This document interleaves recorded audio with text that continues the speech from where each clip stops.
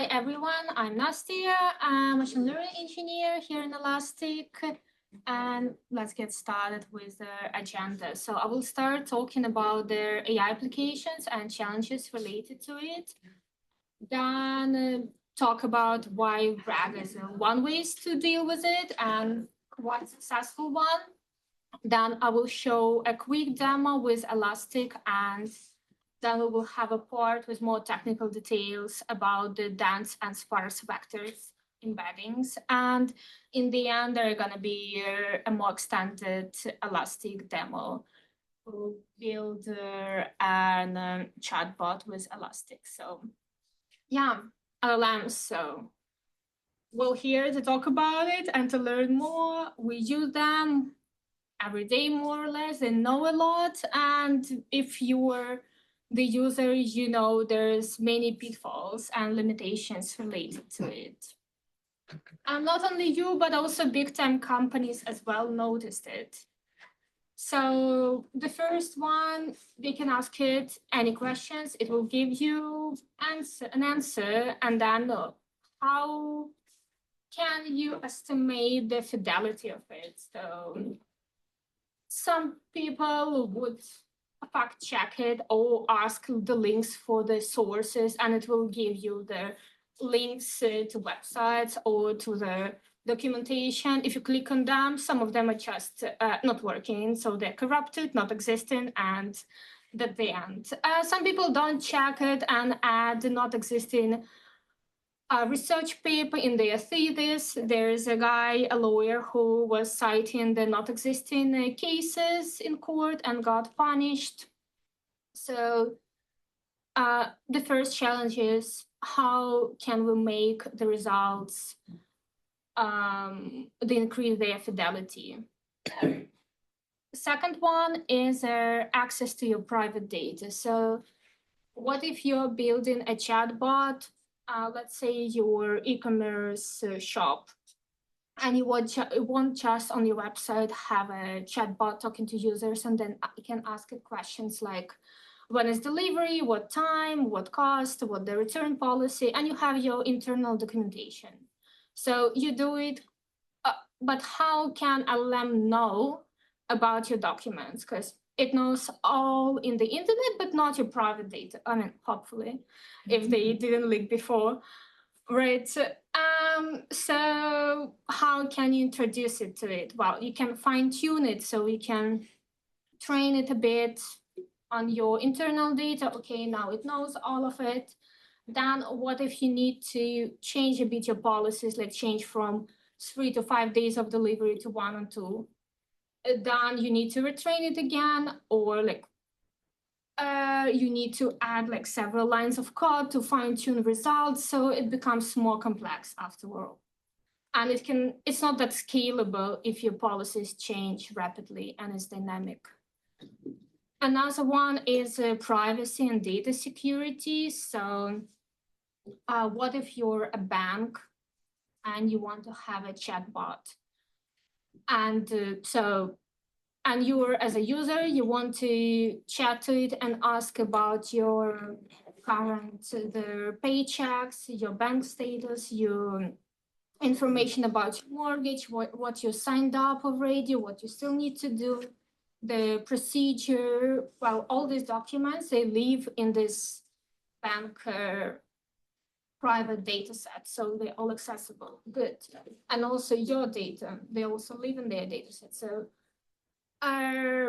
well, they are accessible in theory, but then how you make sure that a user gets the correct results and they are up to date, and also other users can't find your payslip and all your your mortgage data and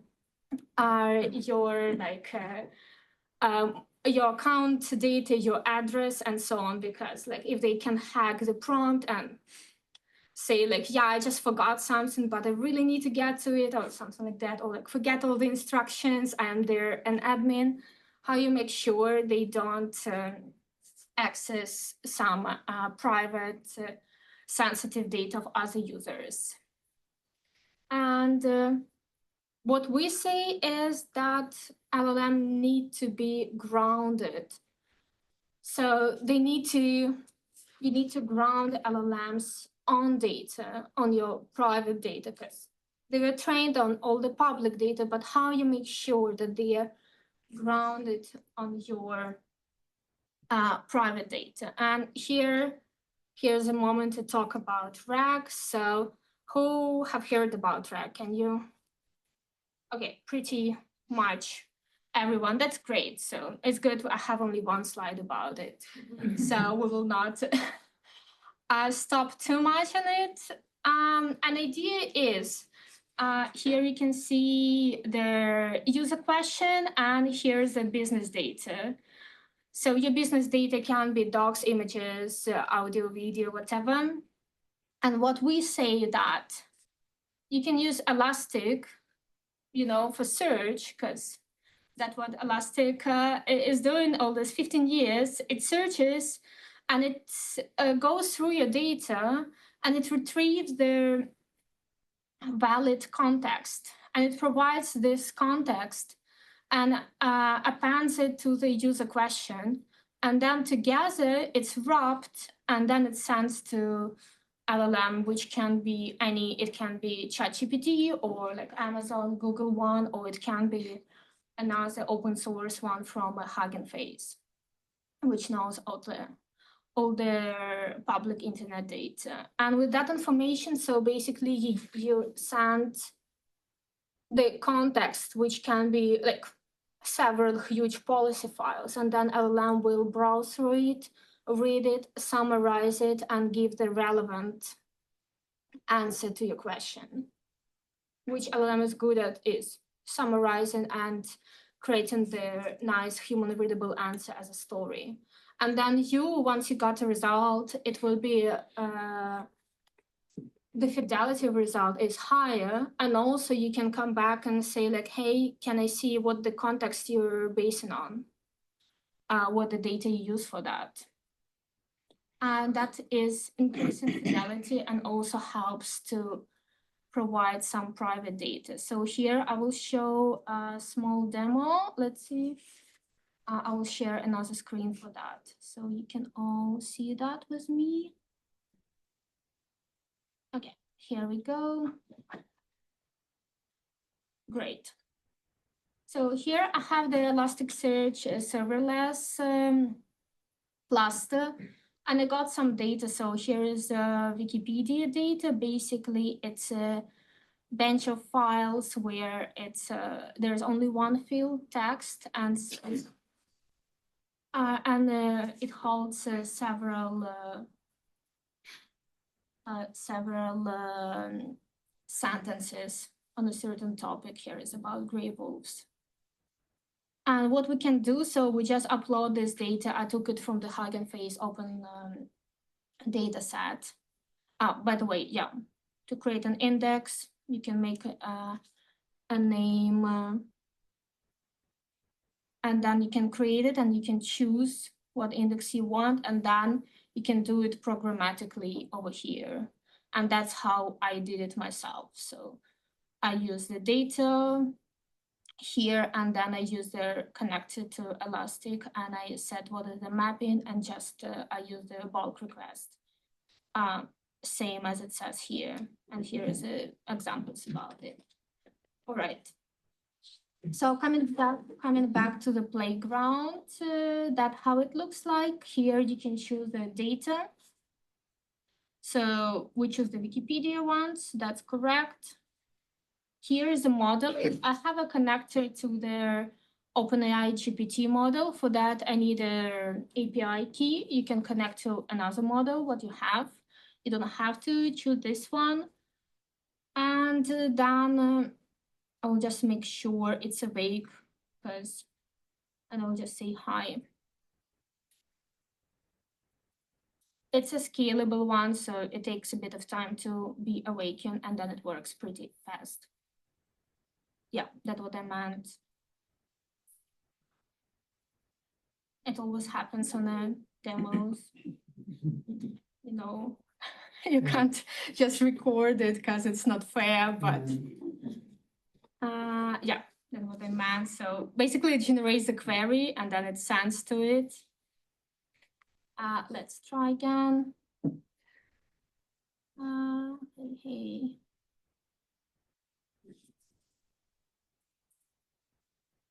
Yeah, so here's an assistant and then we can start asking the questions. So so it was about gray wolves, so we will be talking about that. And here's an answer pretty fast. And what it gives you, it adjusts your question to a more correct one, let's say, if you have some typos, so it also helps with that. Also, it's Elastic itself, then it goes to your database and it retrieves the documents. So it gives you now 3 document sources with some information about gray wolves and with a scoring. And then with that information, it comes back to you and gives you the answer. The number of documents is defined here, so you can choose more or less. Here's the number of tokens it sends to the AI assistant. Then what can we ask? Do they live in North America?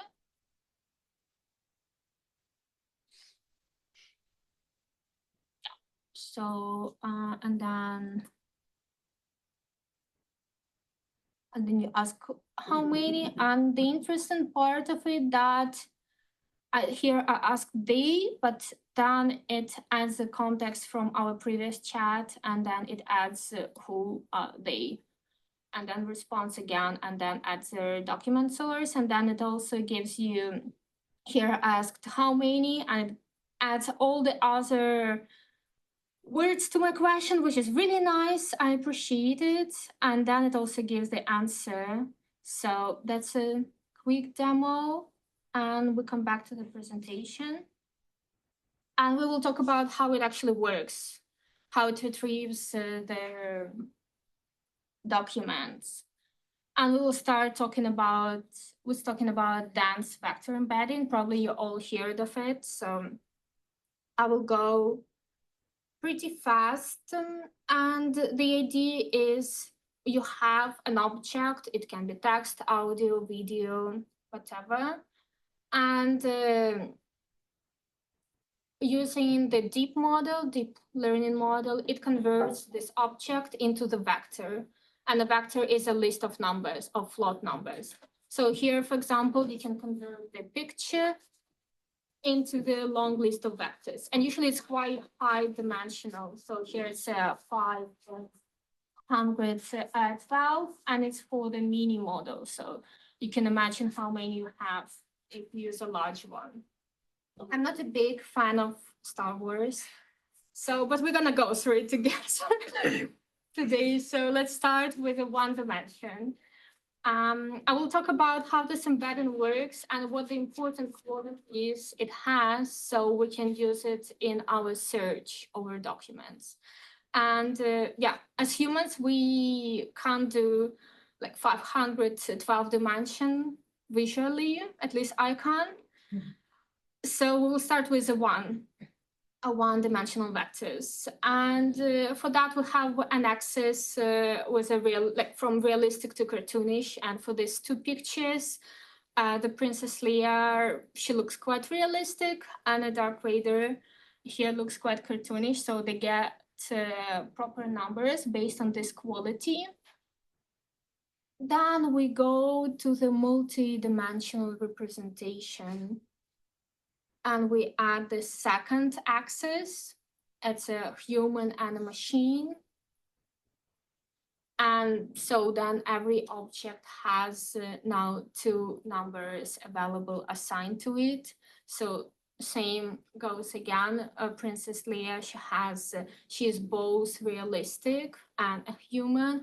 And then this Lego guy, he is human, but quite cartoonish. And for dark radar, apparently it can't decide is it a human or machine, so it's just around 0 on that axis.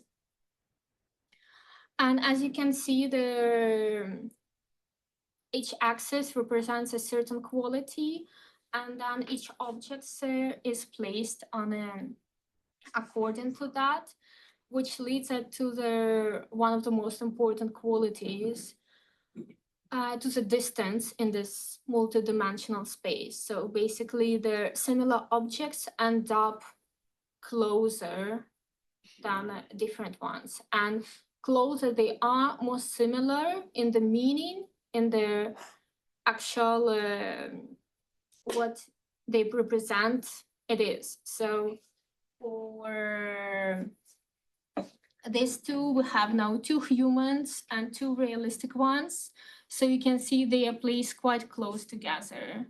As a question why Luke got less points are being a human, maybe because of this war, I don't know. Let's see, or maybe because of his genetics. But the most important one is that with Princess Leia, they end up being closer together compared to other ones. So we can say, just looking in the vectors, that they share some similar properties. And if we come back to the representation in our computers, that how high dimensional vector embedding looks like if you visualize it. So here you can see 3 words. It's an airplane, aircraft, and Cessna. It's an company, aviation company in America. So it also relates to the aircraft and planes, but less than, of course, airplane and aircraft, because they are synonyms. And you can see on this vector representation that the vector values highlighted here are quite similar. And then here you can see that only for some of their axes, they share similar values, which also shows that they are not too far together.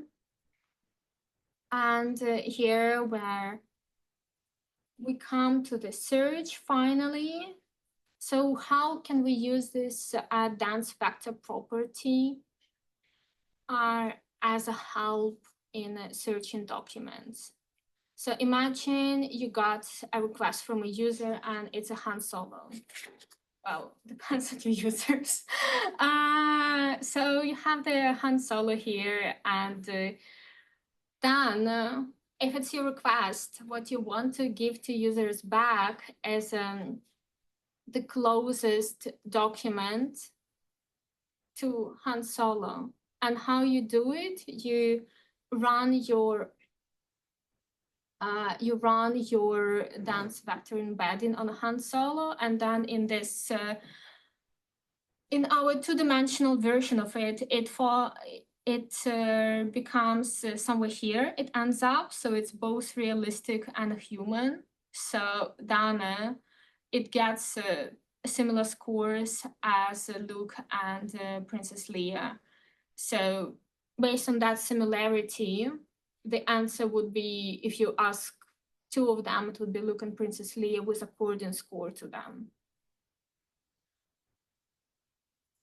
And here how it works at Elastic.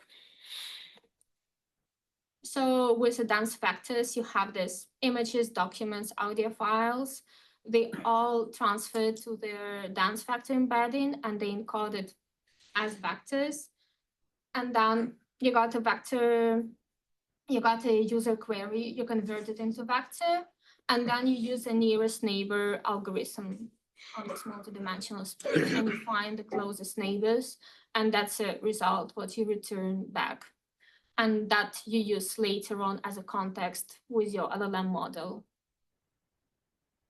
All right, so sounds quite cool, sounds relevant, and it would be nice to compare it. Here's a comparison to the keyword search. So before all this fancy LLM deep learning things, what you could do is to do just a keyword search. It's not just straightforward, but then it chunks your words and it would trim it to the lexicograms and then compare them. So still quite simple. It's quite fast, but it has its own limitations. So yeah, let's go one by one line by one line. So the machine matching type. For the keywords, it's the exact keyword matching. So it checks for frequencies and it finds this matching in your documents. And for the dense vector is a semantic similarity. So the here we're talking not about word similarities, but rather about sentence similarities that are coming together. ML, no keyword search is not ML, it's just some statistical ranking. For the dense vector, sure it is, and you can choose a model you want to use to create the embedding. It can be BERT, it can be OpenAI, whatever. You choose. Then for indexing, so when you docs come to your system, you need to index them. And that's also expensive if you have many docs coming. So for the keyword search, well, it's quite cheap. You don't do much, you just check for the keywords. Not a big deal. For the dense vector, it does become expensive because you want to send each document to the ML model, you want to get the embedding, you want to store it. It's quite also quite many numbers that you need to compress and store. So then the speed of indexing is lower. Coming to the search speed, once again for keywords is fast because it's just the frequencies and you go one by one. For the dense vector, it becomes complicated because you need to then go not through the docs, but through this multidimensional space vectors, and you need to calculate the nearest neighbors. So you need to calculate the distance to each your document and then find the closest ones. Memory and storage, again, for keyword search, well, it's cheap. And for dense vectors, you're storing all these vectors. Even if you do some containerization and compression, it's still overhead that you might want to reduce. Because even if you have a 100-dimensional vector, then you don't do any fancy efficiency things, then your data log grows like 100 times. And for the RAG, so the keyword search, it's good for the really specific use cases. If you're searching among the logs where you have the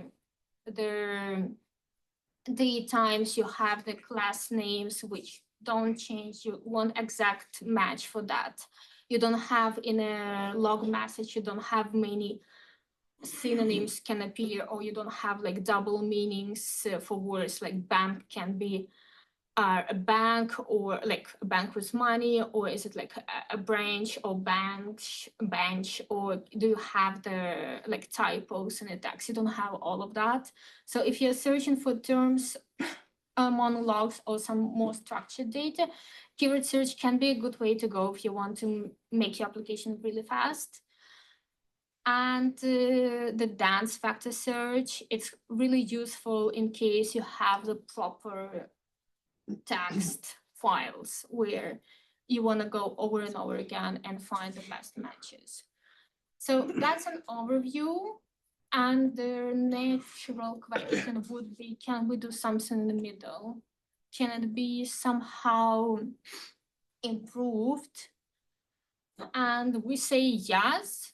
We say you can go to the sparse vector embedding, basically. And that's how it works. You have, once again, you have your documents stored. And let's imagine it's a last examples from a Star Wars universe. So let's imagine you have some phrases with Star Wars, and you have you want to have their embedding for this sentence. How it works is it does the text expansion. So it's not like it goes through words and tries to find synonyms. It's rather tries to find the tokens, the terms that are the most relevant for this sentence. So it has a dictionary of all the possible tokens, terms that it can choose. And it should be rather large, so it should be like 10 plus or minus 1,000 words. So, and then it gives you this expansion to in this term dimension, and also it gives a weights to each term with a relevance. So you can see that oid from, I guess, Android, droid. So it has a higher score than Android, slightly lower because it thinks it's not that relevant, but might be closer related. You have the robot with also rises high score, cartoon, galaxy, and so on. So that's your options basically. And then for the any input query, what it does a similar thing. So it also runs an neural network, and it does a word expansion, and it gives these terms with assigned weights to them.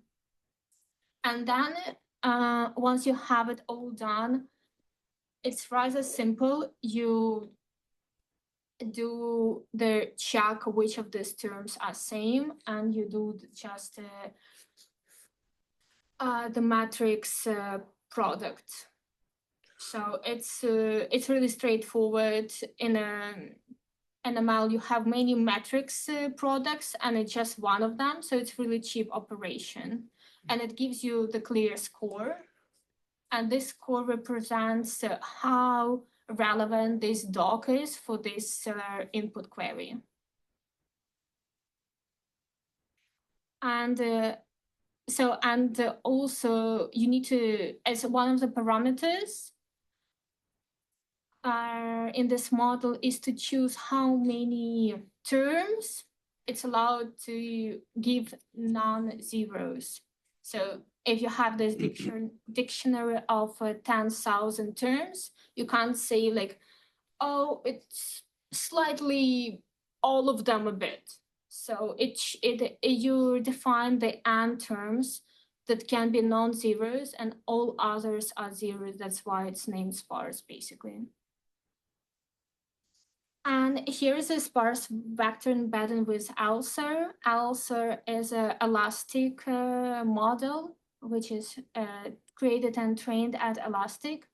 And it's already there, it's already embedded. You don't need to pay extra for the inference to use it. And here how it looks like. You can just, here is a one default one that you have access to. And you can give it any text sentence, and you can say infer, and it gives you the result with all the docs, relevant docs matching your sentence. And here is the last big picture with all these factors. Here's an overview of how the embedding looks like if you compare them together. So if you have this input, text input as a long sentence, here how the dense vector embedding looks like. So it's a really long vector with non-zero values with some floats. Well, some of them can be zeros, of course, but unlikely. And then you have the sparse vector output with also, which gives you the token value pairs. And it's shorter to store and to use it. All right. And here's a slide to compare these two models. So before we were comparing the keyword search and the dense vector search. And here I want to compare the dense vector and the sparse vector search. So yeah, one represents a long list of numbers, another one represents a token weighted pairs. As a matching type, the dense vector is still the semantic similarity match with KNN, and the sparse vector one is a context-aware sparse embedding. Then ML one, well, they are both ML, different. For the dense vector, you need the deep learning model, which can be a BERT or OpenAI or any other one. And for a sparse one, use a trained sparse model also available at Elastic. Index overhead, well, we already talked about the dense vector, so all the indexing, speed, and memory, they're quite low because it's quite a lot of calculations and storage memory. And if we talk about sparse vectors, it's medium, so it's not zero comparing, like it's not almost zero comparing the keyword search. So you still need to calculate this weighted, like token weighted pairs. But since it's already trained and you can just use it and run it, it's quite cheap. And one of the most beneficial parts is the search speed, because for search, you don't need to like calculate the distance among all of them and then rank it and sort and do like that, but you just need to calculate a one matrix product. So it's really, really efficient and simple and straightforward to optimize. And for the memory storage, it's also cheaper because it's easier to store, especially for Elastic, since we have many capabilities for storing JSON-like entities. For the relevance, if you compare the relevance of results, the dense vector search is it's really good for semantic questions if you need that. And the sparse vector search, it's like a middle ground. So it's also getting the semantic from this expanded terms, but it also gives you the needed speed. So it balances this out. And if we compare the capabilities, our Elastic proposes quite a lot of them, comparing the most vector databases. So of course you can store and search your vector embeddings. You can create them there. And you can create both the sparse and dense vector embeddings in Elastic, but you can do much more. So first, you can use a hybrid search. So you can choose several embeddings. So you can even choose 3 of them. You can do the keyword search and the dense vector and the sparse vector embeddings all together, and then it will weight up, like it will adjust the ranking, so it all makes sense together because they have different ranking score system. You have the flexibility of embedded models, so you can choose different embeddings for each of them. You can also have their connection to the other LLMs like ChatGPT or Amazon or so on. You can also use like you can run it. You can run even some custom things as long as the APR is standardized. Also in Elasticsearch, you have some optimization for geodata for the logs for our text specifically. What else? Yeah, you can run Elastic on-prem, in cloud, serverless. It will scale up and down depending on your load. So it's really flexible. As I said, like there's an answer trained out-of-box model and search in Elastic. It's one of several possibilities that we offer, right? So you have the search, then you have the observability and security solution, and you can use the AI chatbot as part of any of these solutions, as well as you can choose to use the AI chatbot possibility as a backend for your program. So you can show it in a UI, but you can also do it programmatically, and you can call it and get results. So it's quite flexible. Here is a link for the demo that you can do yourself. Then it will open the playground for you with already uploaded data, and you can choose and do stuff. So if you want to take a picture, so please go ahead.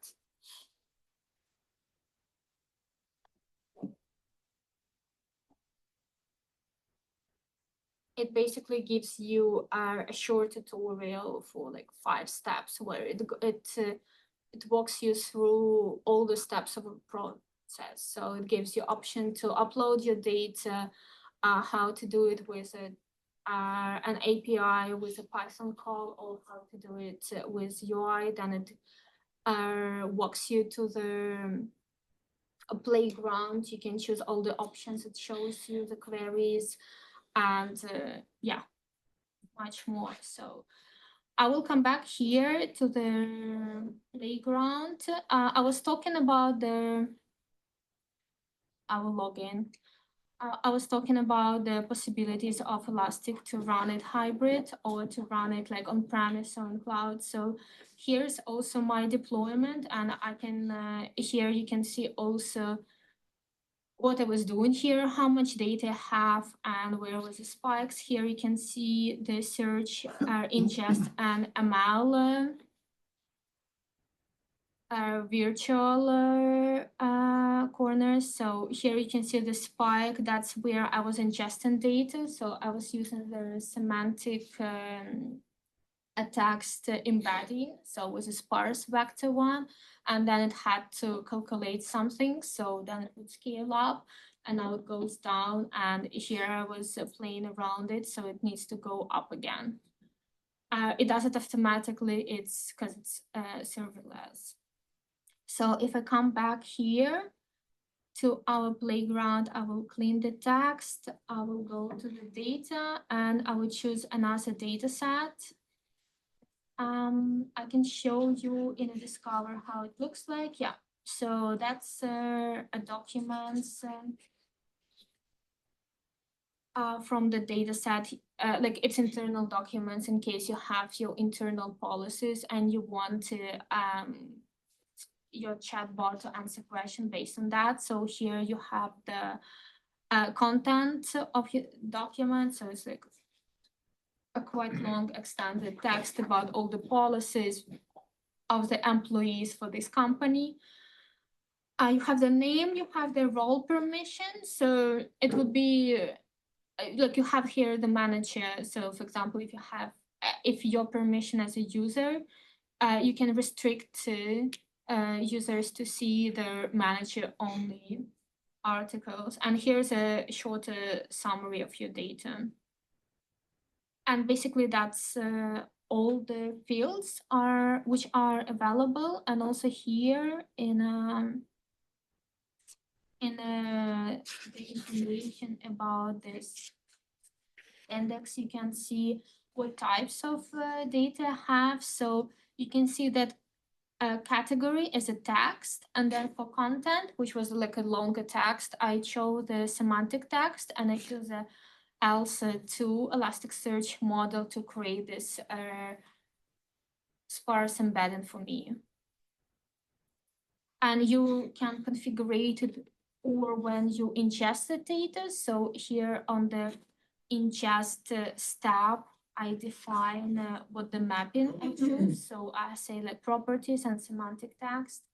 And I say that I want to type as semantic text. So here it's just a name, and here it's a type of a field. And here is an inference ID. So that's the name of my model. I take it from here. So that's the name of a model. Like you can also add more at the endpoint, but I was using just the default one. And here is the text fields, what I was using. All right. And yeah, coming back to the playground, so I can choose my data and choose at the workplace. And I can write some requests. So let's start with just hi to wake it up.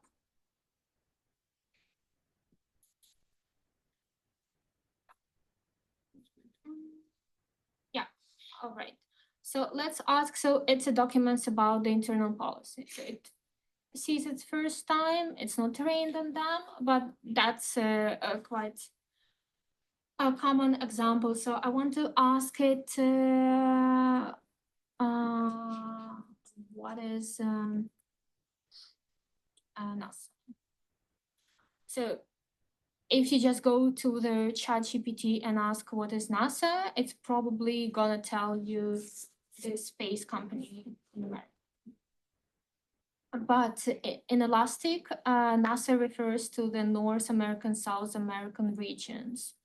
So it's important that we retrieve the documents about this information, and we kind of override the knowledge of a ChatGPT from like the open data in the internet, that I want this specific example over all others. Here you can see also the fields that are present, like which are considered to be in a search. And I think we don't need all of them, because so we don't need permission in this case, we don't need the URL. Maybe we need a, yeah, let's delete this and let's leave us with only 3 of them. You can choose any fields, and the fields also can be different types. So some of them are text, and the content is a semantic vector one. All right, let's clean the chat and ask again. So what is work from home policy, for example? Well, yeah, and so if you remove the fields, it gives you the answer quite fast. And again, you can look into the documents to check if they're relevant, like which are the chosen one. So what they're, for example, their work time. And again, it should pick up the context. So I'm asking about the work hours in a work from home policy. So you can see that it creates much better a prompt than I do straight. And it gives me the answer. And if I would ask something not relevant to the database it has, so I was asking before, where do the sleep?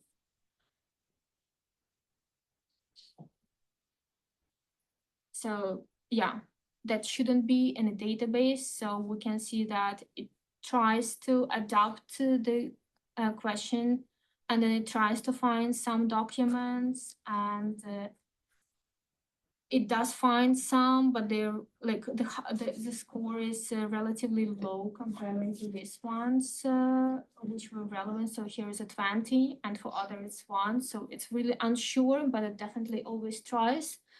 And then it says that I don't have information in the provided context. So then you can make sure that it would not lie to you if it doesn't know. And yeah, that's basically it. And thank you for your attention.